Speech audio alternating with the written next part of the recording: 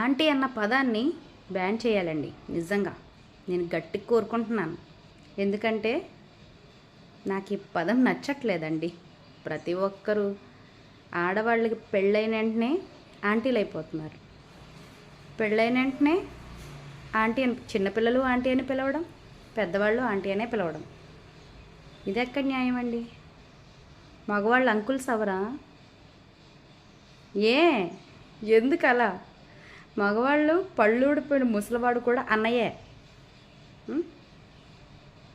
ఆడవాళ్ళకి పెళ్ళైన వెంటనే ఆంటీలు.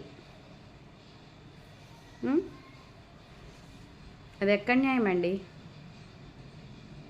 మా వారు నేను బయటికి అలా కలిసి వెళ్ళామనుకోండి, ఆయన అన్నయ్య అంట, నేను ఆంటీ అంట. ఎందుకు ఎందుకు ఆంటీ ఏంటండి? అందుకే నేను గట్టిగా కోరుకుంటున్నాను, ఆంటీ అన్న పదం తీసేయాలి. నాకు నచ్చలేదు. మీరేమంటారు ఆడవాళ్ళు? మీరు ఈ వీడియో చూస్తున్నారా?